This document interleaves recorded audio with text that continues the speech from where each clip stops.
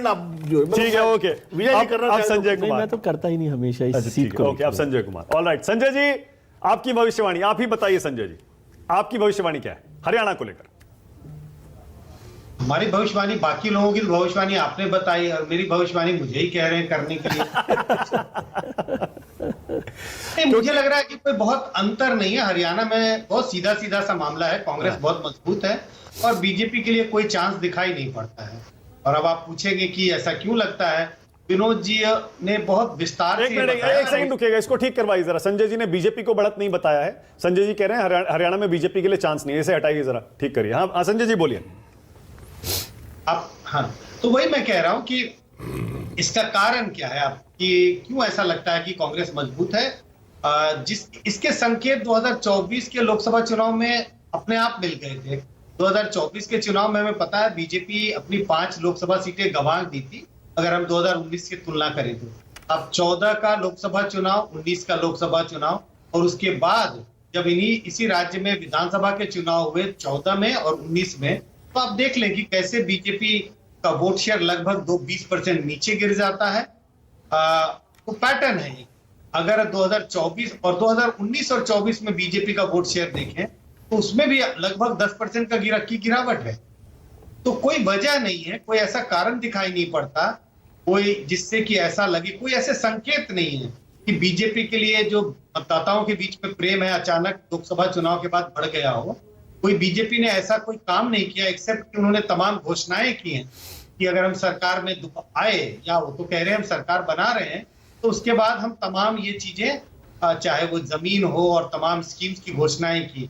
इसके अलावा कोई ऐसा पॉजिटिव काम नहीं है जिसके कारण वोटर उनकी ओर आकर्षित दिखाई पड़े 2024 के बाद। इन कारणों से मुझे लगता है कि स्पष्ट है कांग्रेस को डिसिसिव बढ़त है और बीजेपी के चुनाव जीतने की संभावना बहुत कम है हरियाणा। ओके। और संजय जी, अशोक तंवर जो प्रचार खत्म होने से ठीक पहले आखिरी दिन कांग्रेस में शामिल हुए, इसका कुछ आप देखते हैं? आखिरी 2-3 दिनों में इस तरह की चीजों से फर्क पड़ता है क्या? बिल्कुल सच बात बताऊं कि इसकी खबर मुझे अभी पता चली, क्योंकि मैं सुबह से तमाम अलग अलग कार्यक्रम में, मतलब कहीं लेक्चर ये वो, ये तो अभी मुझे अभी खबर पता चली, बस इसी प्रोग्राम में।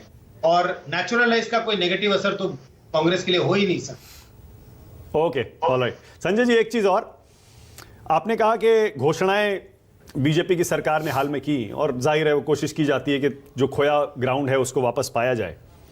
हमने पहले भी इस पर बहुत चर्चा की है कि रूलिंग पार्टी की घोषणाओं पर जनता ज्यादा यकीन करती है। तो हम कैसे तय करेंगे कि बीजेपी अब रूलिंग पार्टी है, वो जो घोषणा कर रही है उसकी घोषणाओं पर जनता यकीन नहीं करेगी?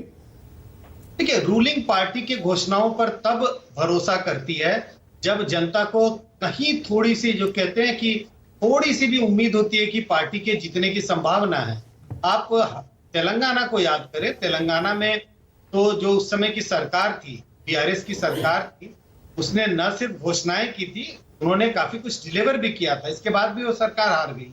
तो जब जनता को अगर थोड़ी सी भी उम्मीद होती कि बीजेपी के जीतने की संभावना है, ऐसी स्थिति में मुझे लगता है उनकी घोषणाओं पर जनता भरोसा कर सकती थी।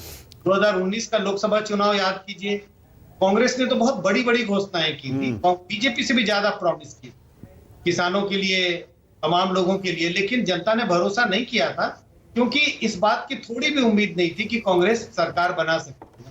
तो दोनों का एक रिलेशनशिप है, जब आपको थोड़ी भी उम्मीद होती है तब आप उस पर भरोसा करते हैं, और जब थोड़ी भी उम्मीद नहीं होती है तो उनकी घोषणाओं पर भरोसा करना थोड़ा मुश्किल। मध्य प्रदेश का उदाहरण इसमें जोड़ सकते हैं क्या? जरा सबको लाइए स्क्रीन पर, यशवंत देशमुख को भी लाइए।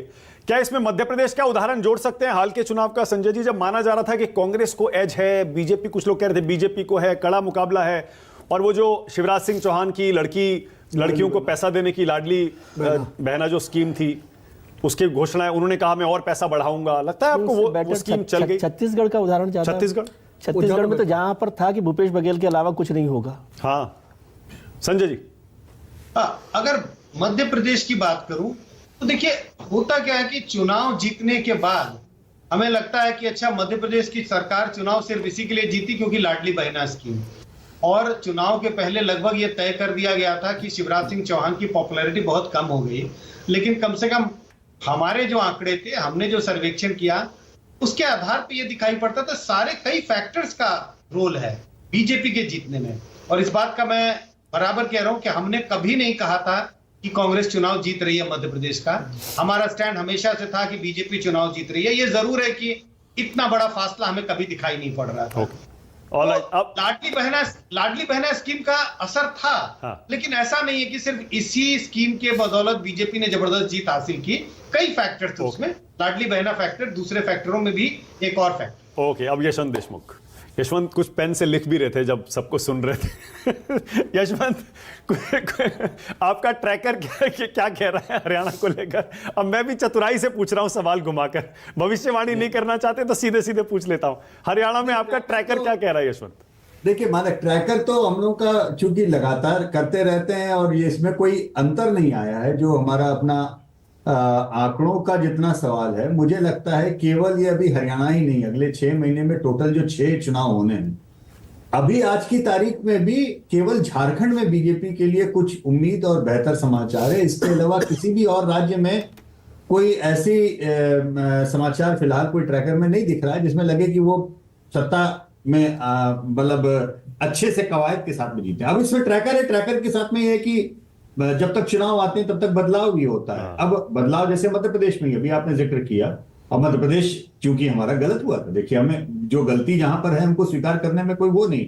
हमें लग रहा था कि मध्य प्रदेश में जिस तरीके की एंटी इनकम्बेंसी है उसमें बीजेपी का जाना लगभग अवश्यंभावी है। और ये बात सच है संजय जी की कि लाडली बहना योजना का भी लाभ हुआ था, लेकिन बहुत सारे, जैसा उन्होंने बोला कि बावजूद इसके कि मामा का नाम दिया गया, लेकिन मामा का नाम नहीं दिया गया, बल्कि 6 लोग खड़े करके ये बताने की कोशिश की गई कि ये चेहरा नहीं रहेगा, चेहरा बदला जाएगा। एक तो वो मैसेजिंग थी, लेकिन एक जिसके ऊपर जो आंकड़े नहीं बता सकते हैं मानक आपको, वो ये कि मेरा बहुत अंदर से, मेरे अंदर का पत्रकार, देखिए डेटा साइंटिस्ट ये कहता है कि वो गलत हो गया मध्य प्रदेश आकलन, अंदर का पत्रकार मेरा ये कहता है कि मध्य प्रदेश भाजपा जीती नहीं, मध्य प्रदेश कांग्रेस हारी। ठीक है, प्लेटर पे जैसे सजो करके, अब ये रागिनी ज्यादा बेहतर जानती होंगी कि अंदर क्या हुआ क्या नहीं हुआ, लेकिन एक जीती हुई थाली को बिल्कुल जैसे कहते हैं कि हम खाएंगे नहीं, हम बर्बाद कर देंगे वाले अंदाज में, जो भी एक संगठनात्मक तरीके से लीडरशिप के रूप से जो भी होता है, मतलब कोई अगर पार्टी अगर कभी कभी जैसे होता है ना कि जीती हुई बाजी को भी तमाम कारणों से, और सबसे ज्यादा दुखदाई उस पार्टी के लिए तब होता है जब वो बोले कि हम, ये मध्य प्रदेश का दुख वैसा ही है जो भारतीय जनता पार्टी का लोकसभा चुनाव में उत्तर प्रदेश का दुख। क्या आप बात समझ पा रहे हैं? ओके, तो ये मध्य प्रदेश का दुख वो है, और ये आंकड़े नहीं बता सकते, इसीलिए उत्तर प्रदेश का लोकसभा का हम आंकड़ों में नहीं बता पाए। अच्छा, मध्य प्रदेश का थोड़ा सा और स्पेसिफिक बताइए। आपके हिसाब से मध्य प्रदेश कांग्रेस आखिरी कुछ महीनों में हारी, या फिर जब से उनकी सरकार गिरी, बीजेपी ने गिराई, उसके बाद से ही वो पतन शुरू हो गया? आखिरी कुछ महीनों में हारी स्पष्ट रूप से, क्योंकि देखिए जैसा मैंने बोला, सर्वे आपका एक बार आप कीजिए, आप गलत हो सकता है। आप ट्रैकर रोज नाप रहे हैं ना, ऐसा तो नहीं हो सकता रोज बीपी ले रहे हैं, रोज ब्लड शुगर ले रहे हैं। तो जब आप रोज कोई चीज कर रहे हैं तभी कई बार मुझे लगता है कि ऐसे मैं दुराग्रही हो जाता हूं। जैसे ट्रैकर में कोई चीज लंबे समय तक आ रही हो तो मैं अक्सर कहता हूं कि अरे आज ये बीपी थोड़ा बहुत ऊपर नीचे है, नहीं, इससे फर्क नहीं पड़ता, क्योंकि 6 महीने से हमारे पास में आंकड़ा ये है तो ये इसी तरफ जाएगा। और वो उस चक्कर में कई बार आप आंकड़ों को, खुद के आंकड़ों को भी लास्ट मूवमेंट में, जो संजय भाई कह रहे हैं कि जो चेंजेस आए थे, हम खुद पढ़ने में उसको नाकाम इस रहे, क्योंकि हमको लगा कि हम तो रोज बीपी नाप रहे हैं, हम तो रोज शुगर ले रहे हैं, बीजेपी का जाना तय है।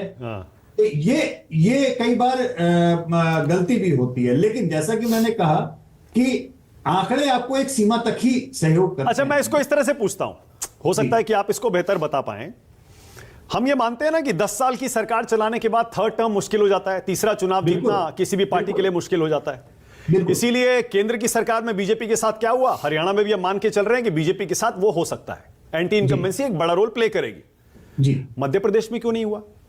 मध्य प्रदेश में दूसरे चुनाव में, तीसरे चुनाव में कांग्रेस जीत गई थी, उसके बाद फिर शिवराज सिंह देखिए कैसे जबरदस्त तरीके से बीजेपी को ले। मानक, बिल्कुल आप सही पकड़ रहे हैं। जिस चीज को 5 साल पहले कांग्रेस जीत गई थी बेसिक इनकम्बेंसी के ऊपर, उसमें 5 साल और तोड़फोड़ की सरकार को ऐड करने के बाद में कांग्रेस क्यों हारेगी या क्यों हारना चाहिए? कोई लॉजिक नहीं है उसका, और आंकड़े उसकी गवाही नहीं दे रहे थे। इसका मतलब सिंपल सा यह है कि ऑर्गेनाइजेशनल मैनेजमेंट में, इलेक्शन मैनेजमेंट में, टिकट डिस्ट्रीब्यूशन में और रिसोर्सेस के एलोकेशन में, चाहे वो मॉनिटरी रिसोर्स हो, चाहे वो कैंपेन का रिसोर्स हो, नेताओं का रिसोर्स हो, मध्य प्रदेश कांग्रेस हारी। मैं बहुत स्पष्ट रूप से इस बात को मानता हूं कि वो बीजेपी जीती नहीं, वो कांग्रेस हारी। एक लाइन छोटी सी पूछूं मैं? देखिए इतना दिलचस्प डिबेट चल रहा है, माना चर्चा कि चल रही है, विनोद जी और विजय जी दोनों कुछ बोलना चाह रहे हैं, इसके बाद रागिनी और जफर इस्लाम। सवाल मैं बोल जी, आप बोलिए बोलिए। देखिए, मैं यशवंत की बात से बिल्कुल 100% सहमत हूं, क्योंकि मुझे जो फीडबैक मिला था वही 2-3 महीने पहले कांग्रेस के कुछ जमीनी कार्यकर्ता भिंड जिले के, जबलपुर के, और एक जिला और है मालवा से इंदौर के पास का, वहां के कुछ जमीनी कार्यकर्ताओं ने कह दिया था 3 महीने पहले कि हमारी पार्टी चुनाव हार रही है मध्य प्रदेश में, और मुझे लगा था ये गलत बोल रहे हैं, ये डिसग्रंटेड लोग हैं। और उन्होंने कहा था कि जिस तरह हमारा पार्टी की लीडरशिप, खासकर स्टेट लीडरशिप जो चौपट कर रही है, तो बुरी तरह हारेगी। और ये बात यशवंत की बिल्कुल सही कि आखिरी 2-3 महीनों में ये हुआ था। कर्नाटक का उदाहरण रिवर्स है। कर्नाटक में तोड़ फोड़ की सरकार बनी, लेकिन वहां की लीडरशिप ने चुनाव जीत लिया और सारे बदलू हारे। मध्य प्रदेश की लीडरशिप ने चुनाव गंवा कर्नाटक का श्रेय मैं दरअसल राहुल गांधी जी की भारत जोड़ो यात्रा को भी देना चाहूंगा कि उनकी यात्रा का एक अनइंटेंडेड फॉलोआउट ये हुआ कि जो वॉरिंग फैक्शंस थे वहां पे, माना दोनों डीके शिव कुमार के, सिद्धारमैया के, वो राहुल गांधी की भारत जोड़ो यात्रा के समय पूरे एक साथ हुए। और क्या होता है ना, कार्यकर्ता आपस में नहीं लड़ते, नेता आपस में लड़ते हैं। प्लीज इस बात को समझिए। जब कार्यकर्ता आपस में एक जगह इकट्ठा हो जाते हैं, उनको लगता है नहीं हम जीत सकते हैं, तो कर्नाटक में वो कॉन्फिडेंस अलग तरीके से उनका मोबिलाइज हुआ। मध्य प्रदेश में वो चीज नहीं। विजय, एक छोटा सा सवाल पूछना चाहता हूं कि हमारे पास दो डायरेक्टर ऑन्कोलॉजिस्ट हैं, यशवंत जी और संजय कुमार जी। मध्य प्रदेश का तो ठीक है, जो 2 डायरेक्टर ऑन्कोलॉजिस्ट हैं वो फोर्थ स्टेज में छत्तीसगढ़ का पेट का दर्द कैसे समझ रहे थे? नहीं, बिल्कुल वो मध्य प्रदेश से जुड़ा ही हुआ था। मध्य प्रदेश का पेट का दर्द वो छत्तीसगढ़, देखिए मध्य प्रदेश और छत्तीसगढ़ पेट तो एक ही है ना विजय जी। जो दर्द इधर होगा वो उधर भी होगा, आप इस बात को समझिए। बॉडी एक ही है। वही मैंने कहा, वो पेट भी एक ही है। ओके संजय जी, जल्दी से क्विकली। संजय जी, जरूरत नहीं है। फोर्थ स्टेज पर कुछ संभव होता है क्या? मेरे पास कुछ कहने को नहीं है इसके बारे में। ऑलराइट, ओके, अब रागिनी और जफर इस्लाम, जम्मू कश्मीर